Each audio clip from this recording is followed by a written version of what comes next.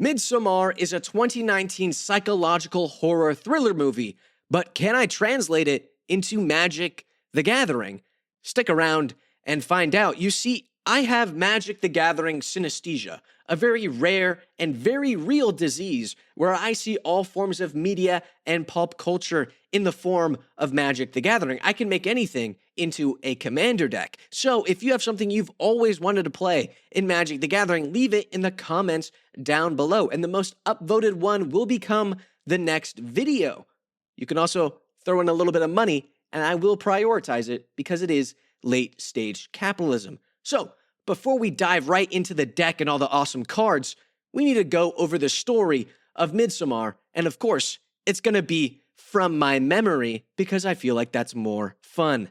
Our story begins with Florence Pugh. Her parents are dead, and she is the main character. She is a student who likes to study Swedish midsummer festivals because the trade industry is dead, and no one likes being an electrician, welder, or plumber these days. Only Swedish midsummer festival historians, because that's a classic job that pays very well. Anyway, she gets a grant from the government to take her boyfriend and a couple of their friends out to Sweden. And the first thing they do when they get to a foreign country, you guessed it, do some drugs. And so they have a very bad time. One panic attack later, she's hanging out with the village people, singing the YMCA.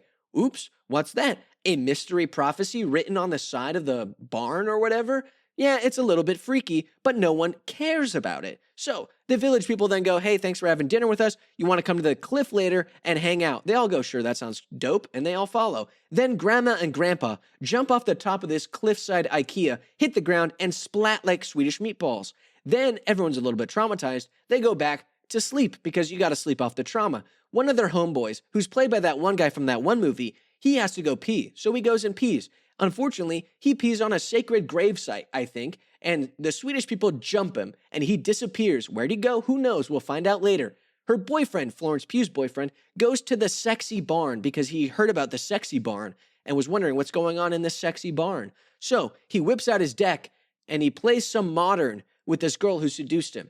Then Florence Pugh walks in and gets very upset about it because he's playing standard, and she's a commander player. So she gets freaked out and has a panic attack and leaves. A bunch of her homegirls go and cry with her. Girl power, let's go.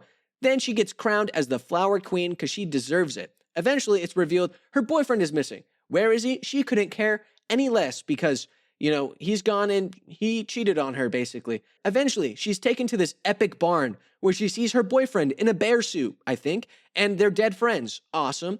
And Florence Pugh gets to decide who gets sacrificed. Is it her boyfriend? Is it like a village person? She decides, yeah, just kill my boyfriend. I don't care. Whatever. They light it on fire. She's kind of sad about it, but then she smiles, and that's the end of the movie. So now we know the story, let's dive right into the deck. I thought that Soul of Windgrace would be such a cool commander thematically as this sort of avatar creature that is like you sacrifice stuff, you give up land, and you can return stuff from the graveyard. It makes a lot of sense thematically with occult, nature, rebirth, themes that are very prevalent in Midsommar. So he lets us discard land and gain life, which makes sense. That's very thematic. You're trying to gain life by sacrificing all his people for the rituals and stuff.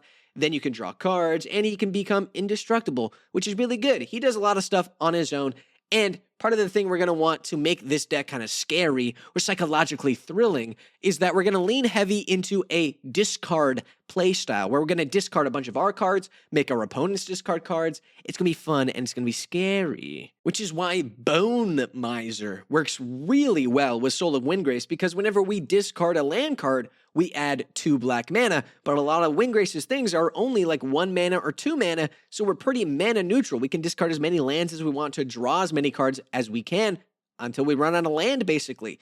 And then we can use some stuff like Ramunap Excavator or the World Guy to play land cards from our graveyard. So now we've got a ton of land, we got a ton of mana, and what are we going to spend it on? Obviously, we're going to use Blood for the Blood God because that's the most cult and awesome spell there is. It does a bunch of damage. It gives us a bunch of draw spells, and we discard our hand, which puts even more land into the graveyard, so we get a bunch of mana back. Oh, it's a really good card. It does 8 damage to our opponents, by the way, which is like maybe like a fifth of your life total if I did the math correctly. That's pretty good. 20% of their life is amazing.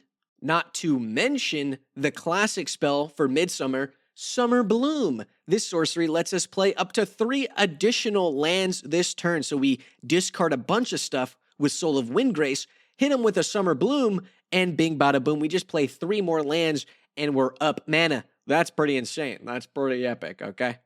Now, to help really hone in on that scary, everyone discarding playstyle, we're going to run Court of Ambition. It makes them discard or lose life. Either way, that's a win in our book. We got Creeping Dread, where now everyone is discarding cards and losing life based on it, so that's a 2-for-1. That's pretty good. Then we can also hit him with like a Dark Prophecy, because that's like what the movie's about. There's a Dark Prophecy and it's scary. And of course, because it's really fun, we can hit ourselves with the Demonic Pact. Obviously, you probably want to win before it pops off and you lose the game, but sometimes that's just part of Midsommar. You lose sometimes. So, because Florence Pugh is the queen, the flower queen, I thought we would include some very flowery queens of our own. Savra, Queen of the Golgari, says when you sacrifice a black creature, you can pay some life, and each other player sacrifices, which is good. And whenever you sacrifice a green creature, we may gain 2 life. We're sacrificing stuff. That's the cult. That's the vibe, all right? It's awesome. And we get some even more benefits when we run a little Vraska Golgari Queen, because we can up her for 2, sacrificing another permanent. If we do, we gain a life and draw a card. So now we sacrifice a thing, and then we get 2 sacrifice triggers. Very good, very epic, very cool. Now, the most important queen of all is Ayula, Queen Among Bears, because there's a lot of bear-like vibes of the movie. Apparently, bears are bad in Sweden, symbolically. So, yeah, being the queen of bears is cool. We run a couple of little bears in here. Not a whole lot, just the regular bears.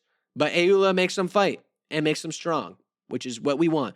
We also run Bear Totem, Aura thing, I think it's called off the top of my head. Bear Umbra.